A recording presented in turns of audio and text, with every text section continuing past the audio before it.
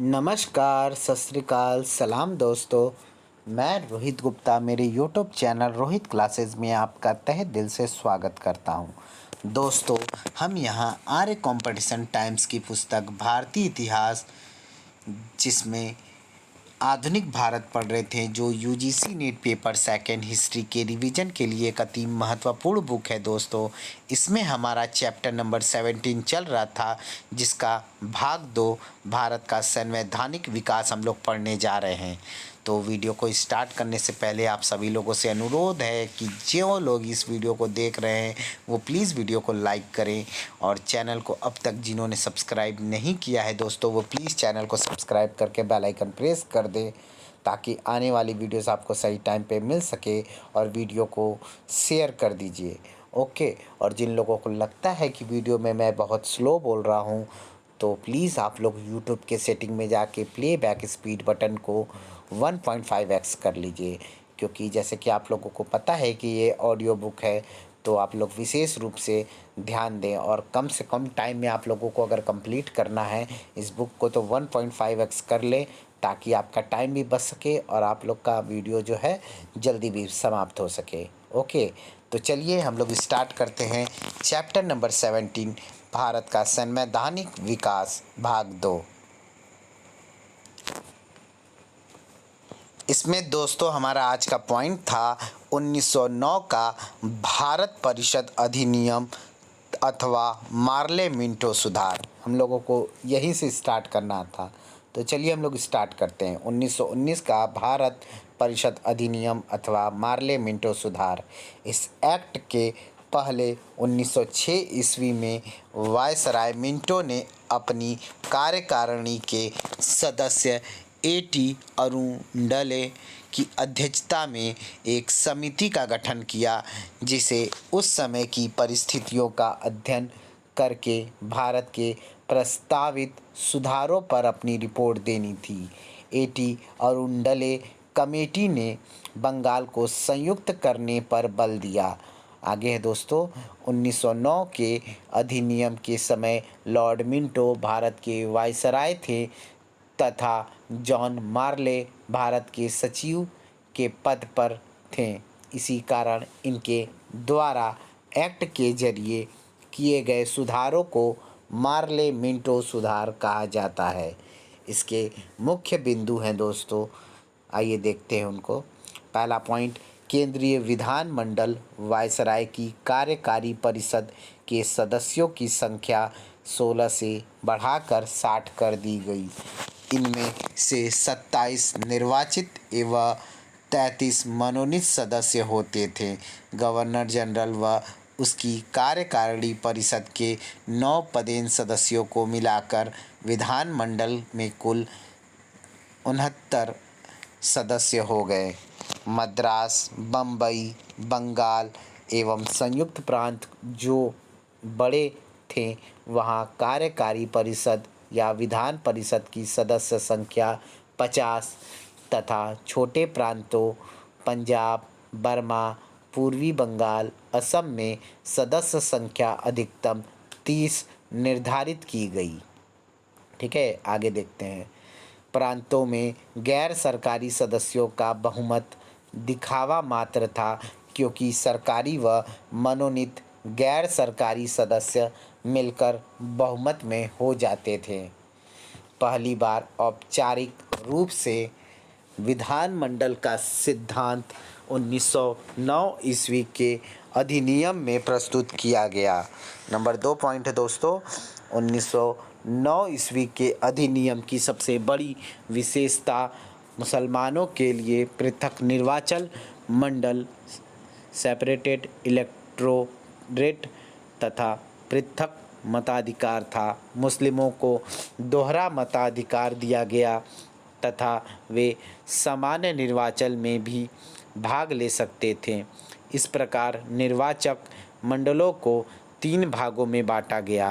पहला सामान्य, दूसरा वर्गीय मुस्लिम और तीसरा दोस्तों विशिष्ट निर्वाचक वर्ग, व्यापारिक संघ, जमींदार, विश्वविद्यालय।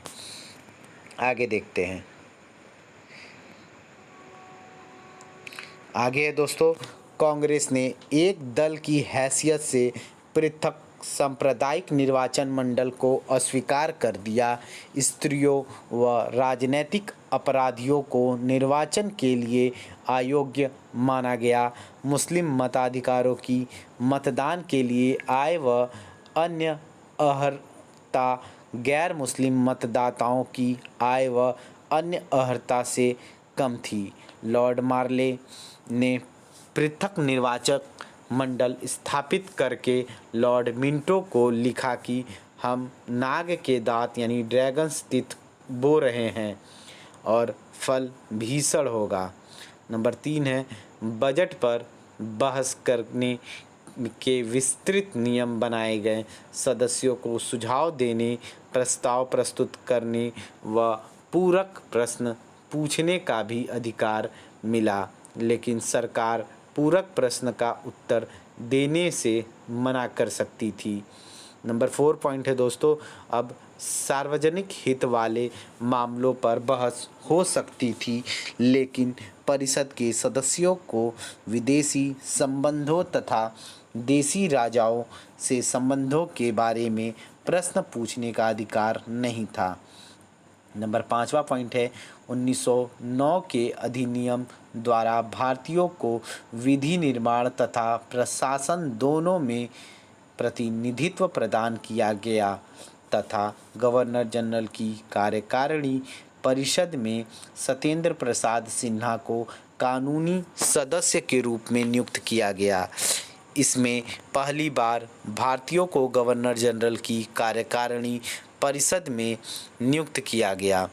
इससे पहले भी 1907 ईस्वी में भारत सचिव की भारत परिषद इंडिया काउंसिल में 2 भारतीयों सैयद हुसैन बिलग्रामी एवं केजी गुप्ता को नियुक्त किया गया था। आगे देखते हैं दोस्तों, 1909 ईस्वी के अधिनियम का सबसे बड़ा दोष मुसलमानों के लिए पृथक निर्वाचन मंडल की स्थापना था। यह दोष यही समाप्त नहीं हुआ। 1919 में सिखों को भी पृथक मताधिकार दिया गया। 1935 ईस्वी के अधिनियम में भारतीय ईसाइयों, एंग्लो इंडियनों, यूरोपीय लोगों तथा हरिजनों को भी पृथक प्रतिनिधित्व दिया गया। यह एक्ट ब्रिटेन के सभी संवैधानिक प्रयोगों में सबसे कम समय तक चला। तभी रैमजे मैकडोनाल्ड ने कहा, ये सुधार प्रजातंत्रवाद और नौकरशाही के मध्य एक अधूरा और अल्पकालीन समझौता था। ओके। 20 अगस्त 1917 ईस्वी की मॉन्टेग्यू घोषणा। अंग्रेज संसद सदस्य चार्ल्स रॉबर्ट द्वारा भारत के संवैधानिक विकास के बारे में पूछे गए प्रश्न के जवाब में भारत के सचिव मॉन्टेग्यू ने 20 अगस्त की यह घोषणा की। इस घोषणा का उद्देश्य, एक सेकंड दोस्तों, उद्देश्य भारत में उत्तरदायी शासन प्रणाली की क्रमिक स्थापना करना था। ब्रिटिश साम्राज्य का अभिन्न अंग रहते हुए उत्तरदायी शासन की उत्तरोत्तर प्राप्ति, किंतु इस लक्ष्य को तुरंत ही स्थापित नहीं किया गया। आगे दोस्तों, ब्रिटिश सरकार ने पहली बार भारत के लिए उत्तरदायी शासन शब्दों का प्रयोग किया गया। नवंबर 1917 ईस्वी में मॉन्टेग्यू भारत आए तथा गवर्नर जनरल चेम्सफोर्ड एवं प्रशासनिक अधिकारियों व भारतीय नेताओं से बातचीत कर एक समिति का गठन किया, जिसने सुधारों का मसविदा यानी ड्राफ्ट जुलाई 1918 ईस्वी में संयुक्त रिपोर्ट में प्रकाशित किया। इन्हीं को आधार मानकर 1919 का भारत सरकार अधिनियम बनाया गया। इसी कारण 1919 के अधिनियम को मॉन्टेग्यू चेम्सफोर्ड सुधार भी कहा जाता है।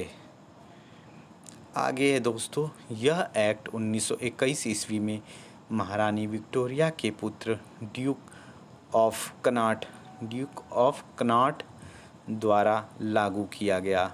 1919 के अधिनियम का तत्कालिक कारण 1916 ईस्वी का होम रूल आंदोलन तथा मेसोपोटामिया कमीशन की रिपोर्ट थी।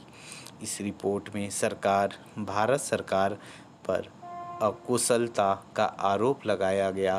पहली बार उत्तरदायी शासन शब्दों का स्पष्ट प्रयोग किया गया। आगे है दोस्तों, 1919 ईस्वी का भारत सरकार अधिनियम। भारत में संवैधानिक सुधारों की श्रृंखला में भारत सरकार शासन अधिनियम 1919 का विशेष महत्व है, क्योंकि इसमें प्रथम बार भारत में स्वशासन की स्थापना को ब्रिटिश सरकार का लक्ष्य घोषित किया गया। 1919 प्रमुख विशेषताएं निम्नलिखित हैं। 1919 ईस्वी की प्रमुख विशेषताएं निम्नलिखित हैं। आइए देखते हैं। पहला है दोस्तों ये नंबर, गृह शासन के संबंध में प्रावधान। गृह शासन के संबंध में प्रावधान। नंबर 1, भारत परिषद एवं भारत सचिव के संपूर्ण व्यय को ब्रिटिश राजकोष पर भारित किया गया। नोट है दोस्तों, 1793 ईस्वी से बोर्ड ऑफ कंट्रोल के अध्यक्ष के रूप में तथा 1858 ईस्वी से भारत राज्य सचिव के रूप में जो वेतन भत्ते भारतीय राजस्व से देय थे, अब 1919 से उनका भुगतान ब्रिटिश कोष से किया जाने लगा। अब भारत सचिव के कार्यों पर ब्रिटिश संसद का अधिक प्रभावी नियंत्रण हो गया।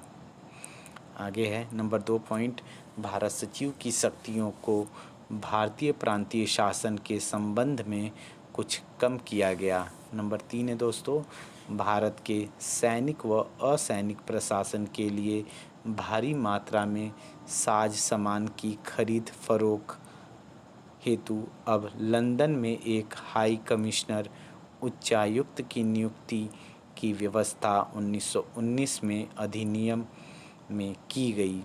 हाई कमिश्नर की नियुक्ति गवर्नर जनरल 5 वर्ष के लिए करता था। हाई कमिश्नर को वेतन भारतीय कोष से दिया जाता था। प्रथम हाई कमिश्नर विलियम स्टीवेंसन था, जिसकी नियुक्ति 1920 ईस्वी में की गई। बाद के सभी हाई कमिश्नर भारतीय ही रहे। नंबर 4 है दोस्तों, भारत परिषद के सदस्यों का कार्यकाल 7 वर्ष से घटाकर 5 वर्ष करते हुए इसके सदस्यों की संख्या 15 के स्थान पर कम से कम 8 एवं अधिकतम 12 तक निश्चित कर दी गई। आगे देखते हैं। आगे दोस्तों नोट में, भारत परिषद या इंडिया काउंसिल में 3 भारतीय सदस्यों की नियुक्ति की गई। गृह सरकार, होम गवर्नमेंट। गृह सरकार से तात्पर्य उस प्रशासन तंत्र से है जो इंग्लैंड में रहते हुए भारत के राजनैतिक एवं संवैधानिक भाग्य का निर्णय करता था। इस दृष्टि से ब्रिटिश सम्राट, मंत्रिमंडल, संसद, भारत मंत्री, secretary of state for India और भारत परिषद को सामूहिक रूप गृह सरकार के नाम से पुकारा जाता है, किंतु सूक्ष्म अर्थ में 1858 ईस्वी में स्थापित भारत मंत्री और भारत परिषद को ही गृह सरकार के रूप में माना जाता है। एक सेकंड दोस्तों, सही पढ़े थे ना? एक सेकंड इस लाइन को फिर से पढ़ लेते हैं। किंतु सूक्ष्म अर्थ में 1858 ईस्वी में स्थापित भारत मंत्री और भारत परिषद को ही गृह सरकार के रूप में माना जाता है, क्योंकि भारत के शासन का भार मुख्य रूप से इन्हीं 2 अंगों पर रहता था। ठीक है, अगर वीडियो में थोड़ा बहुत त्रुटि होगा तो उसके लिए मुझे क्षमा करिएगा। ठीक है। बी पॉइंट है दोस्तों, ब्रिटिश भारत के केंद्रीय शासन के संबंध में प्रावधान। चलिए इसको देखते हैं। पहला पॉइंट है दोस्तों, गवर्नर जनरल को निरंकुश रखा गया, अर्थात उसकी शक्तियों में कोई कमी नहीं की गई। इसे अध्यादेश जारी करने, प्रांतीय गवर्नरों को निर्देश देने, किसी सामान्य एवं वित्तीय विधेयक को प्रमाणित करने का प्रावधान था। नंबर 2 है दोस्तों, नंबर 2 देख लेते हैं। भारतीय विधानमंडल को द्विसदनात्मक किया गया तथा इन्हें केंद्रीय विधानसभा यानी सेंट्रल लेजिस्लेटिव असेंबली 145 सदस्य एवं राज्य परिषद काउंसिल ऑफ स्टेट 60 सदस्य नाम दिया गया। केंद्रीय विधानसभा का कार्यकाल 3 वर्ष एवं राज्य परिषद का कार्यकाल 5 वर्ष था। दोनों सदन प्रत्यक्ष निर्वाचन द्वारा चुने जाते थे। नोट है दोस्तों, नंबर 1, राज्य परिषद में 60 सदस्यों में 27 मनोनीत एवं 33 निर्वाचित थे। 27 मनोनीत में 20 सरकारी एवं 7 गैर सरकारी और 33 निर्वाचित में से 18 सामान्य, 11 मुस्लिम, 3 यूरोपीय एवं 1 सिख सदस्य थे। नंबर 2 है दोस्तों, केंद्रीय विधानसभा में 145 सदस्यों में 41 मनोनीत एवं 104 निर्वाचित सदस्य थे। मनोनीत सदस्यों में 26 सरकारी एवं 15 गैर सरकारी थे। 104 निर्वाचित सदस्यों में से 52 सामान्य, 30 मुस्लिम, 9 यूरोपीय, 2 सिख, 7 जमींदार एवं 4 भारतीय व्यापारियों के प्रतिनिधि थे। ठीक है, आगे नंबर 3 है मताधिकार का अधिकार संपत्ति था। मतदाताओं की संख्या 3% बढ़कर 10% हो गई। ठीक है, नंबर तीसरा पॉइंट है दोस्तों, गवर्नर जनरल की कार्यकारिणी में 8 में से कम 3 भारतीय सदस्यों का प्रावधान किया गया तथा विधान मंडलों में निर्वाचित सदस्यों की संख्या में वृद्धि की गई। नंबर 4, भारत में शासन के विषयों का विकेंद्रीकरण करते हुए इन्हें 2 भागों, केंद्रीय एवं प्रांतीय विषयों में विभाजित किया गया। अवशिष्ट शक्तियाँ केंद्र सरकार के पास ही थी। नंबर 5 है केंद्रीय विषय में रक्षा, विदेशी मामले, टंकन और मुद्रा तथा आयात निर्यात कर इत्यादि थे। छठवां पॉइंट है दोस्तों, प्रत्यक्ष मतदान का विस्तार करते हुए सांप्रदायिक निर्वाचन प्रणाली को बनाए रखा गया तथा मुस्लिमों को सभी प्रांतों में, सिखों को पंजाब में, 3 प्रांतों को छोड़कर अन्य सभी प्रांतों में, यूरोपियनों को 2 प्रांतों में, एंग्लो इंडियनों और 1 प्रांत भारतीय ईसाइयों को पृथक प्रतिनिधित्व दिया गया। ठीक है, नंबर सी पॉइंट देखते हैं दोस्तों, प्रांतों के संबंध में। नंबर 1 है प्रांतों में द्वैध शासन अर्थात आंशिक उत्तरदायी शासन की स्थापना। नोट है, इस अधिनियम की सबसे प्रमुख विशेषता प्रांतों में द्वैध शासन की स्थापना थी। आगे देख लेते हैं, 1919 के अधिनियम में द्वैध शासन का जनक लियोनिस कर्टिस था। संयुक्त रिपोर्ट में द्वैध शासन का उल्लेख नहीं था। द्वैध शासन पर विस्तृत चर्चा कर्टिस ने द्वैध शासन नामक पुस्तक में की थी। आगे है डैर्ची यानी द्वैध शासन यूनानी भाषा का शब्द है। डैर्ची यूनानी भाषा का शब्द है। 8 प्रांतों में अप्रैल 1921 ईस्वी से द्वैध शासन लागू किया गया। 1932 ईस्वी में उत्तर पश्चिमी सीमा प्रांत में भी इसे लागू किया गया। प्रांतों की द्वैध शासन व्यवस्था 1937 ईस्वी तक चलती रही। आगे, किंतु बंगाल में 1924 ईस्वी से 1927 ईस्वी तक तथा मध्य प्रांत में 1924 ईस्वी से 1926 ईस्वी तक यह कार्य नहीं कर सकी। नंबर दूसरा पॉइंट है प्रांतीय विषयों में शांति एवं व्यवस्था, स्थानीय स्वशासन, शिक्षा, चिकित्सा, प्रशासन, कृषि, अकाल आदि शामिल थे।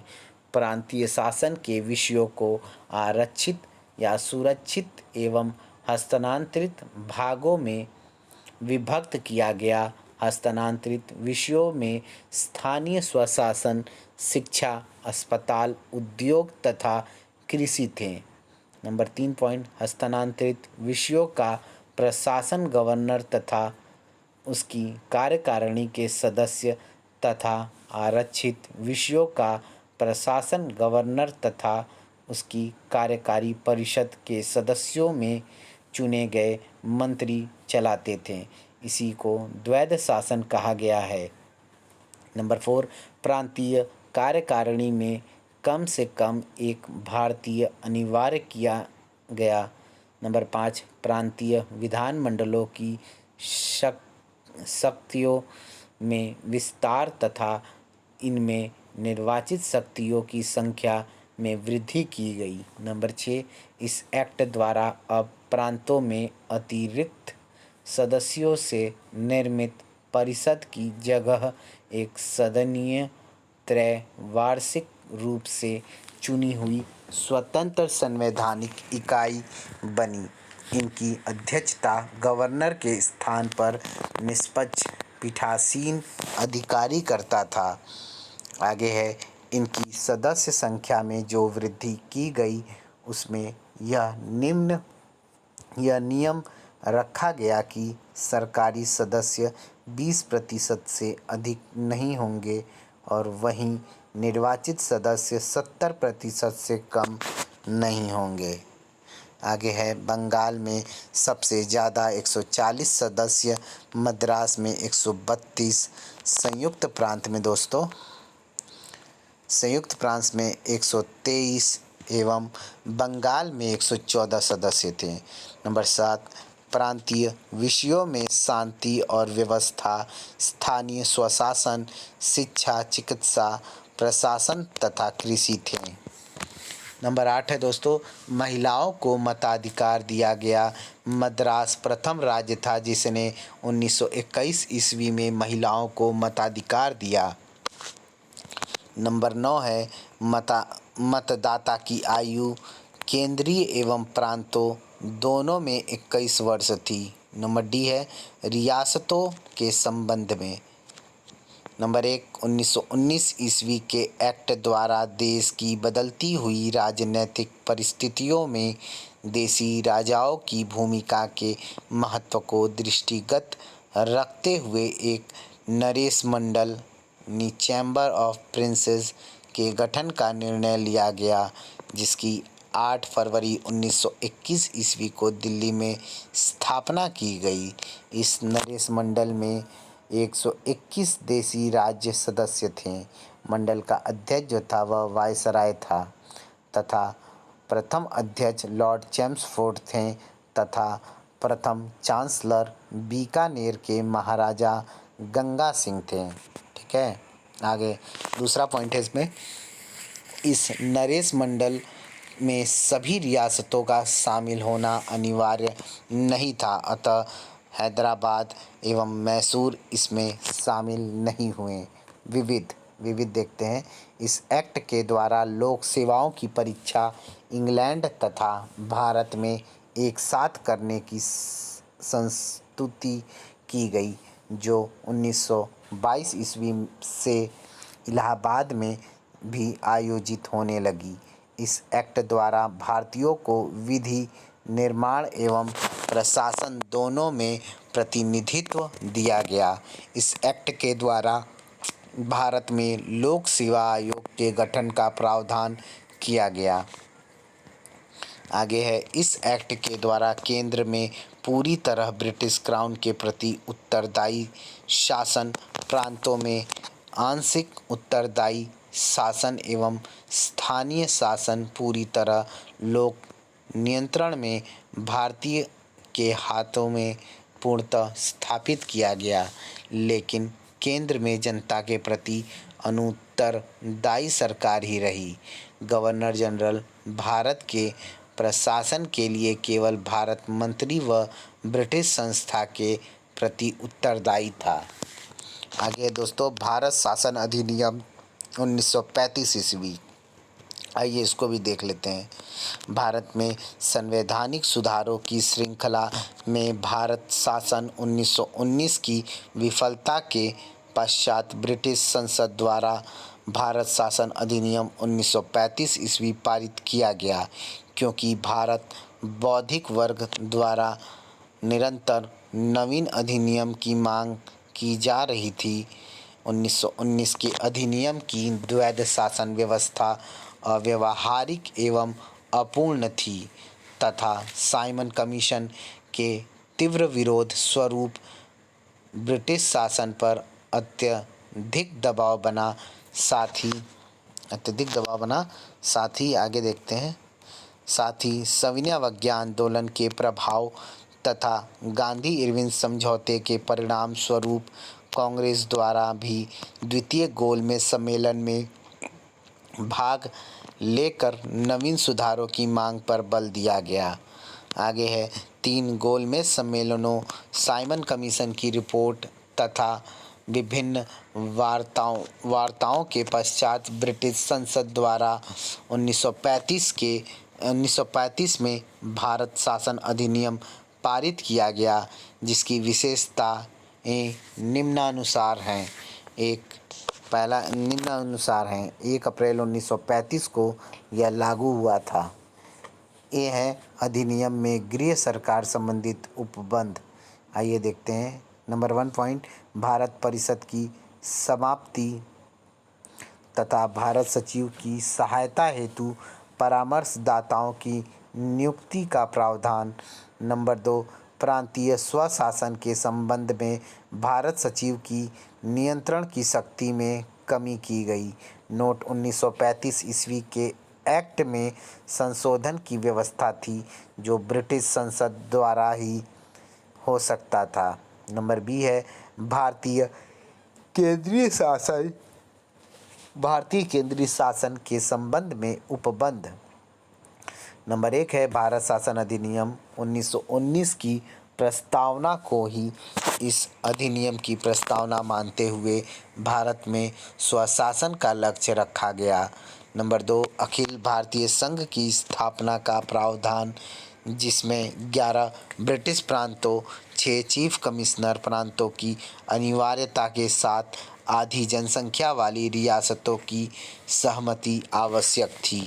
नोट में नंबर 1 पॉइंट, इस अखिल भारतीय संघ में प्रांतों के लिए शामिल होना अनिवार्य था, परंतु देशी रियासतों के लिए यह ऐच्छिक था। नंबर 2, यह अखिल भारतीय संघ तभी अस्तित्व में आ सकता था जब सभी देशी रियासतों की कुल जनसंख्या की कम से कम आधी जनसंख्या वाली देशी रियासतों के शासक, जिन्हें संघीय विधानमंडल के उच्च सदन में देशी रियासतों के लिए निर्धारित 104 स्थानों में से कम 52 प्रतिनिधि भेजने का अधिकार हो, संघ में शामिल होना स्वीकार कर ले। उपरोक्त शर्त पूरी न होने के कारण प्रस्तावित संघ कभी अस्तित्व में नहीं आया। नंबर 3 है गवर्नर जनरल को संरक्षण एवं आरक्षण की शक्तियों से युक्त रखा गया। नंबर 4, केंद्र में द्वैध शासन की स्थापना का प्रावधान तथा केंद्रीय विषयों के सुरक्षित तथा हस्तांतरित विषयों में विभाजित किया गया। आपातकालीन स्थिति में गवर्नर जनरल संपूर्ण शासन की बागडोर अपने हाथों में ले सकता था। रक्षित विषयों में प्रतिरक्षा, विदेश मामले, धार्मिक मामले व कबायली क्षेत्र शामिल थे, ट्रिबल क्षेत्र शामिल थे। शेष सभी विषय जो है हस्तांतरित थे। 5वां पॉइंट है संघात्मक शासन व्यवस्था के साथ ही विकेंद्रित शासन व्यवस्था का प्रावधान, जिसमें शासन के विषयों को संघ सूची, राज्य सूची तथा समवर्ती आगे है समवर्ती सूची में विभक्त किया गया। नोट है दोस्तों, पहला पॉइंट, संघ व प्रांतों में शक्तियों का विभाजन करने के लिए अधिनियम में सूचियां रखी गईं।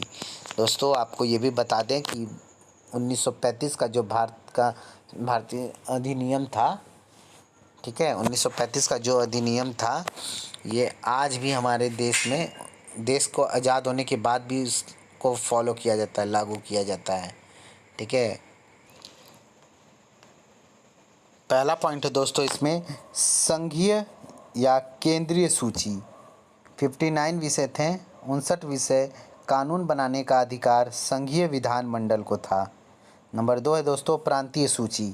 54 विषय थे, इसमें कानून बनाने का अधिकार प्रांतीय विधानमंडल को था।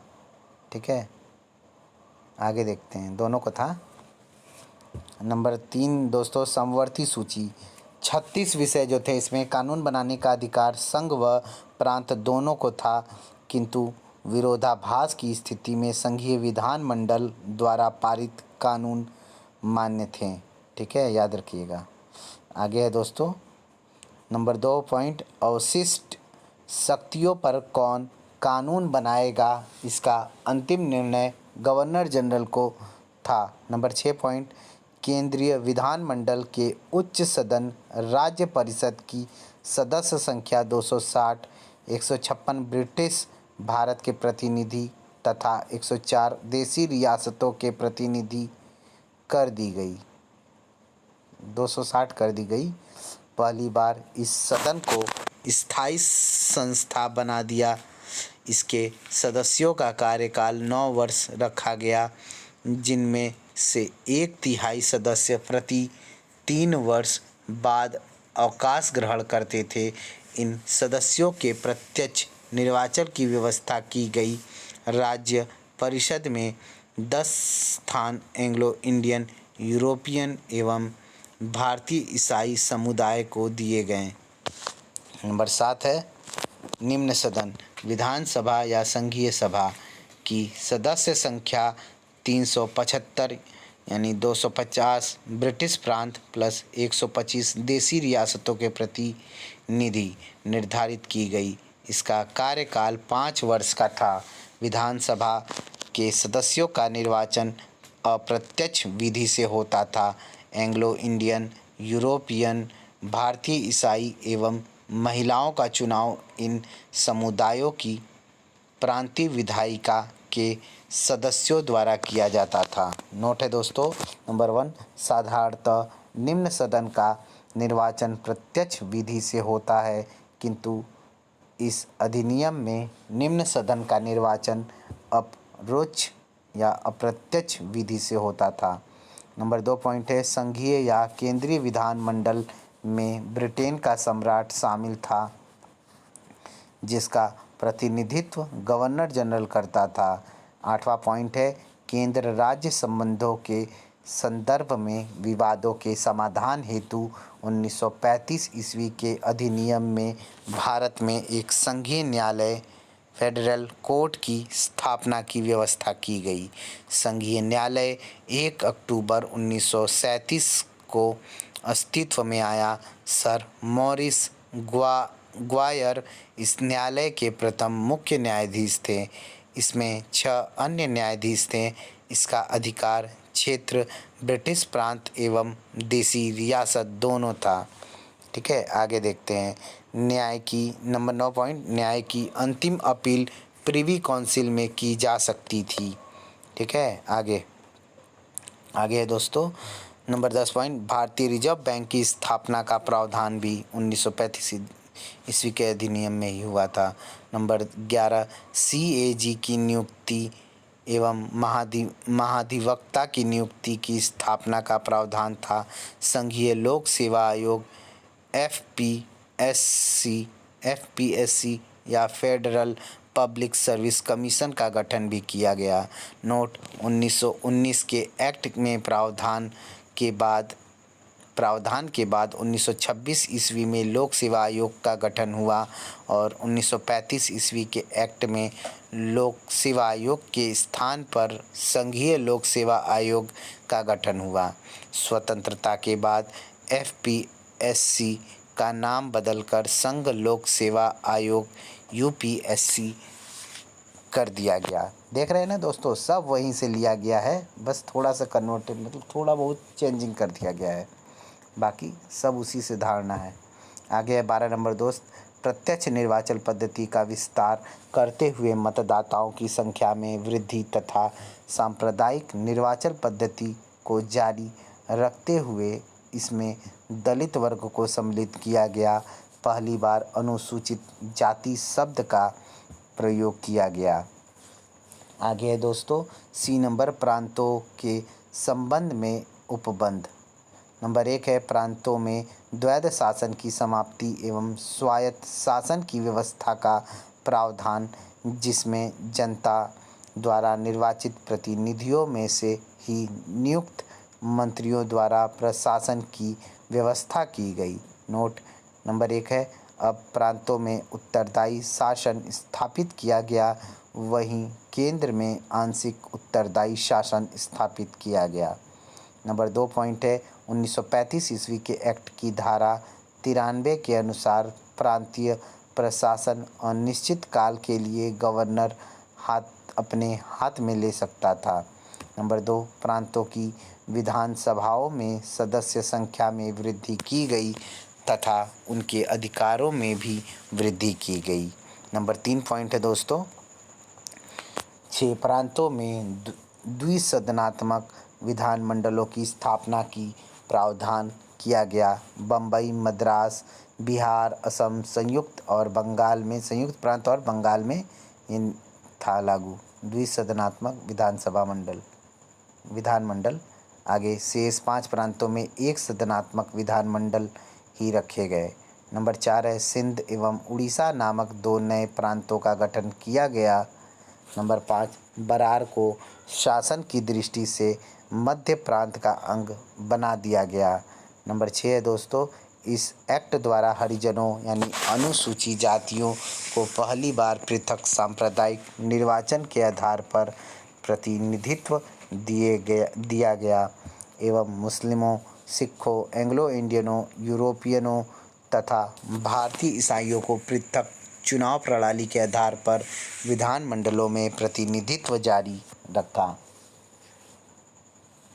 आगे है नोट, अनुसूचित जातियों शब्द का पहली बार प्रयोग 1935 ईस्वी के अधिनियम में किया गया था। ठीक है, याद रखिएगा, अनुसूचित जाति का सबसे पहले प्रयोग कहाँ हुआ था? 1935 के अधिनियम में, इम्पॉर्टेंट है। नंबर 7, महिला मतदाताओं का अनुपात बढ़ा दिया गया और विधानमंडल में भी उन्हें सीटों का आरक्षण दिया गया। ठीक है, आगे देखते हैं। डी नंबर, अन्य प्रावधान। नंबर 1, बर्मा एवं अदन को भारत से अलग करने का प्रावधान किया गया। अदन को भारत सरकार के नियंत्रण से मुक्त कर इंग्लैंड के उपनिवेश कार्यालय के अधीन कर दिया गया। नंबर 2, 1935 ईस्वी के एक्ट द्वारा भी ब्रिटिश संसद की सर्वोच्चता बरकरार रखी गई तथा इसमें किसी संशोधन का अधिकार ब्रिटिश संसद के पास रखा गया। इस प्रकार 1935 ईस्वी का भारत शासन अधिनियम ब्रिटिश संसद द्वारा पारित अब तक का सबसे लंबा एवं जटिल प्रलेख था। इसमें 14 भाग, 321 धाराएं और 10 अनुसूचियां थीं। स्वतंत्र भारत के 1950 में लागू संविधान का प्रमुख आधार यही अधिनियम बना। 1935 का अधिनियम याद रखिएगा। भारत की शासन व्यवस्था के संबंध में ब्रिटिश सरकार का यह अंतिम कानून था। 1935 के अधिनियम में 322 से 451 तक अनुच्छेद बर्मा से संबंधित थे, जबकि 321 तक अनुच्छेद भारत से संबंधित थे। आगे है, यह अधिनियम 14 अगस्त 1947 तक लागू रहा, लेकिन 26 जनवरी 1950 तक भारत का शासन मुख्य रूप से कुछ परिवर्तनों के साथ इसी अधिनियम 1935 द्वारा संचालित रहा। संघीय सर्वोच्च न्यायालय भारत की अंतिम न्यायालय नहीं था, इसके विरुद्ध ब्रिटिश प्रिवी काउंसिल में भी की जा सकती थी। ठीक है, आगे है 1935 ईस्वी के अधिनियम पर भारतीय नेताओं के विचार क्या कहते हैं, आइए देखते हैं दोस्तों। ठीक है, आइए देख लेते हैं। यह अनेक ब्रेकों वाली इंजन रहित गाड़ी के समान है, ये जवाहरलाल नेहरू का कथन है। यह दासता का आज्ञा पत्र या गुलामी का अधिकार पत्र है, जो कि जवाहरलाल नेहरू के समय का ही कथन है। ठीक है, नया संविधान द्वैध शासन से भी बुरा है, यह राजगोपालाचारी का कथन है। 1935 ईस्वी की योजना पूर्ण रूप से सड़ी हुई, मौलिक रूप से खराब और पूर्णतः अस्वीकृति के योग्य थी, यह मोहम्मद अली जिन्ना का कथन था। आगे है दोस्तों, 1935 का एक्ट संवैधानिक निरंकुशता का प्रतीक है। 1935 के एक्ट में आरक्षण एवं संरक्षण के कारण इटली ने इसे अविश्वास का प्रतीक माना था। ठीक है, फजल उल हक ने कहा, न हिंदू राज है न मुस्लिम राज है। ठीक है, 1935 के एक्ट में गवर्नर जनरल को असीमित शक्तियां दी गई थीं।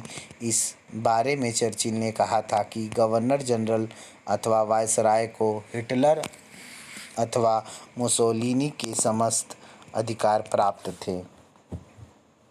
आगे है दोस्तों, 1935 ईस्वी के एक्ट में अंतर्विष्ट अनुदेश प्रपत्र को 1950 ईस्वी में संविधान में नीति निर्देशक तत्वों के रूप में समाविष्ट किया गया। ठीक है, आगे है दोस्तों, अभी वीडियो हमारा यहीं पे समाप्त होता है। नेक्स्ट लेसन दोस्तों हमारा चैप्टर नंबर 18 है, भारत के गवर्नर जनरल, वायसराय तथा उनसे संबंधित महत्वपूर्ण तथ्य जो हम लोग नेक्स्ट वीडियो में पढ़ेंगे। तो वीडियो को यहीं पे समाप्त करते हैं दोस्तों। इसका 2 वीडियो बन गया चैप्टर नंबर 17 का, और प्लीज़ आप लोग वीडियो को लाइक कर दीजिएगा। चैनल को अब तक जिन्होंने सब्सक्राइब नहीं किया है दोस्तों, वो प्लीज़ चैनल को सब्सक्राइब करके बेल आइकन प्रेस कर दीजिएगा, और शेयर करना आप लोग मत भूलिएगा। Okay, thank you for watching. मिलते हैं नेक्स्ट वीडियो में। प्लीज़ खूब पढ़ते रहिए दोस्तों, और खूब बढ़ते रहिए। Okay, good night, thank you, bye bye, love you दोस्तों।